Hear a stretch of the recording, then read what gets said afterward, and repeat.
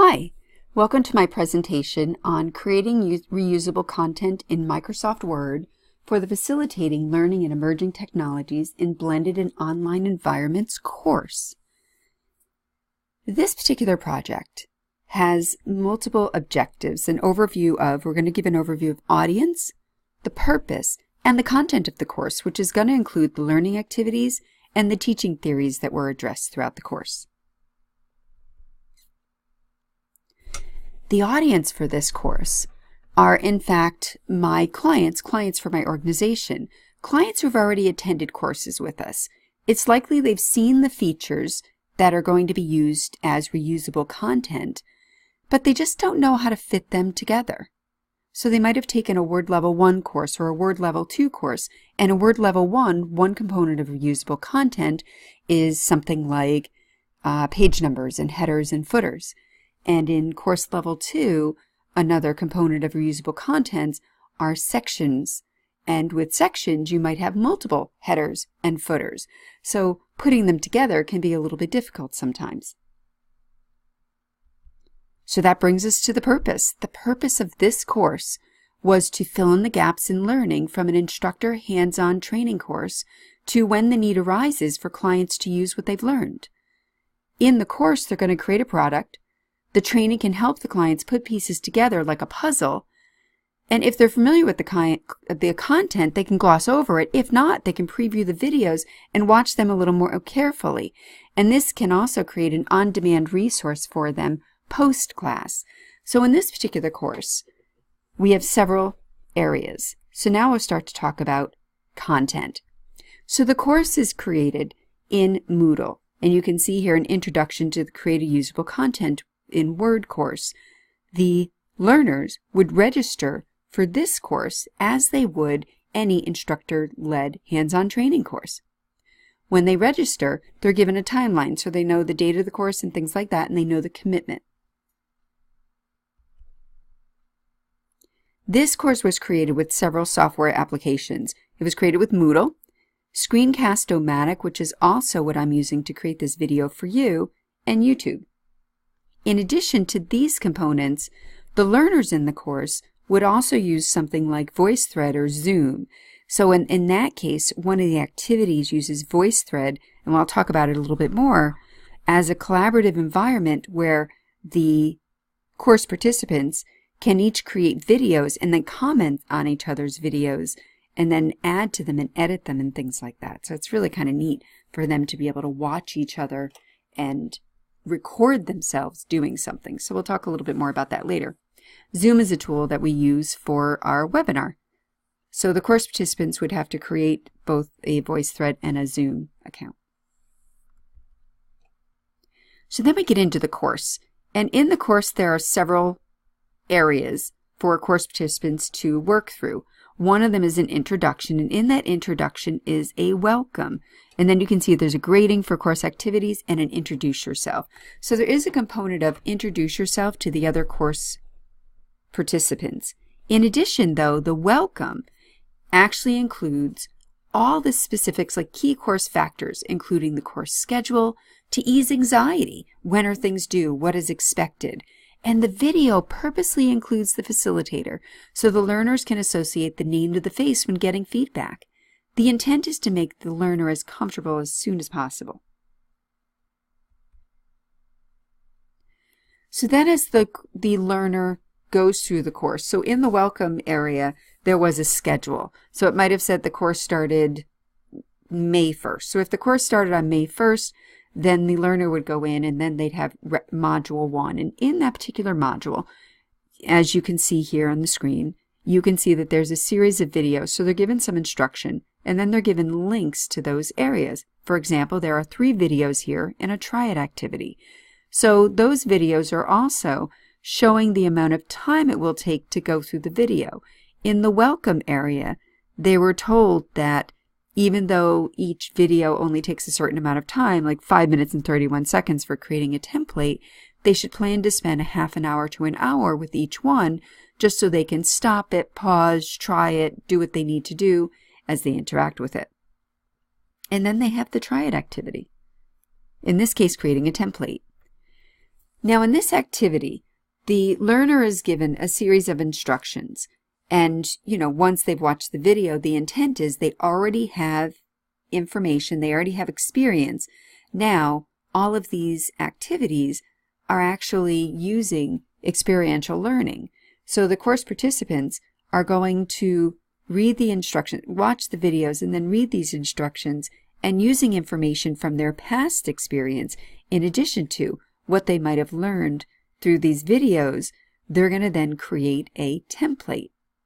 So in this particular case, it's a very simple activity to create a 3-page document, and then it explains what's on page 1, what's on page 2, and what's on page 3. And then it also gives some directions on contains headings. Page 3 contains headings. Agenda list, agenda item 1, agenda item 2, agenda item 3.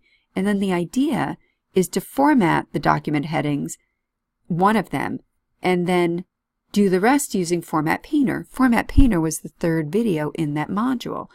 On page 2, so the second to last bullet, the learners were actually directed to create an auto text entry as a closing for the letter. And that is using the Quick Part feature. The auto text feature is a portion of Quick Parts.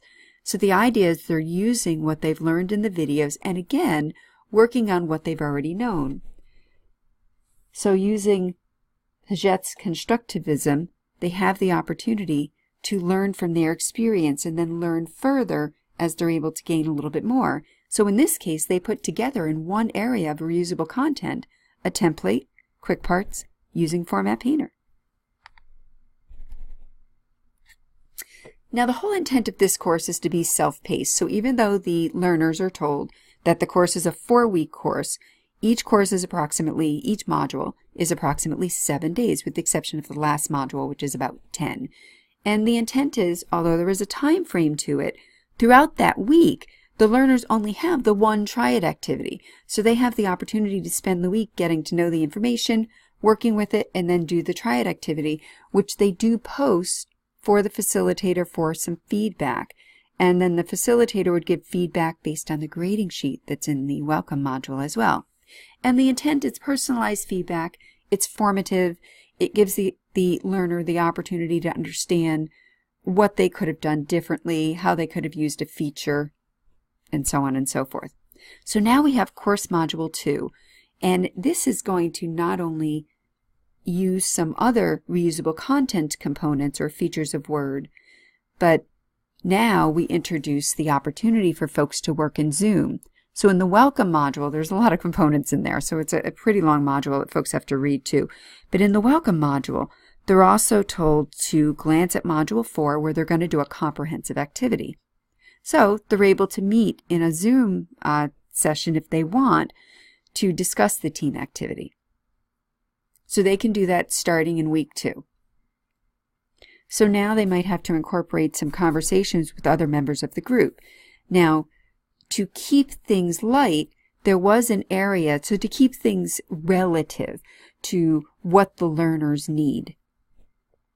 Most of these triad activities are independent activities. So using Zoom, that can have 2 components to it. One, certainly it can be what the learners need to use to talk about the comprehensive activity, to kind of determine who's going to tackle what in the activity. We'll get to that more when we talk about Module 4, but the welcome video has already kind of explained that a little bit to them. But 2, they also have the opportunity to say, hey, in Module 1, what did you do? I was having trouble with this. Or in Module 2, I tried this, and what did you do? So they have the opportunity to have some group conversations that way. If they don't use Zoom for that, there's a Q&A area where, once again, they're introduced to in the welcome activity. But they have the opportunity at any point during the course to post questions. And the intent is so they can interact with the group, but also the facilitator would be giving feedback there as well. So in this case, we're in Module 2, and there's also a Try It section. And the whole idea is to not only give them some experiential learning, watch it, do it, but also to give them the opportunity to do some scaffolding as well. So they learned some components, now they're going to build on that, but we don't want them to forget what they learned before. So they're asked to create sections and headers, but they're also asked to look back and create a heading as a quick part. Now in Module 4, they're going to reuse that quick part. In this particular case, they're also given a document. The Writer's Booklet Activity 1 is a document that has no formatting, so it has all this content. But so they're asked to put a section break in it. They're asked to do some other headers, some footers with some special page numbers. And then they post it for facilitator feedback. Now, because this is a registered course, the facilitator is going to give feedback as soon as someone posts the document or the completed document. So unless they post it at midnight or something like that, approximately the next day, the facilitator would take a look at it. Now, in our particular instance, if we had this course and it were filled with a ton of folks, then we would have the opportunity to put multiple resources on it for that feedback.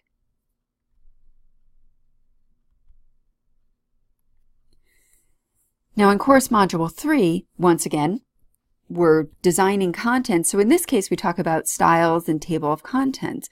And we're just building on what we know, because in this case, if I go to the triad activity, so this is an example of a video, just a snippet of what a video would look like applying styles.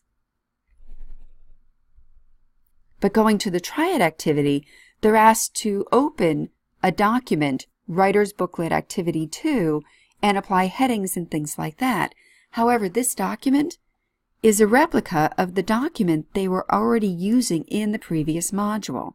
So it has the section breaks, it has the footers, it has the quick part header, and then they have the opportunity to build on that to almost complete the document by applying styles to certain areas. Heading 1, main topics, heading 2, subtopics, heading 3, subtopics, and then create a table of contents of those items. And then post the file for facilitator feedback. So scaffolding has been used to say, look what you've done, now look what you're doing, to help create that completed document.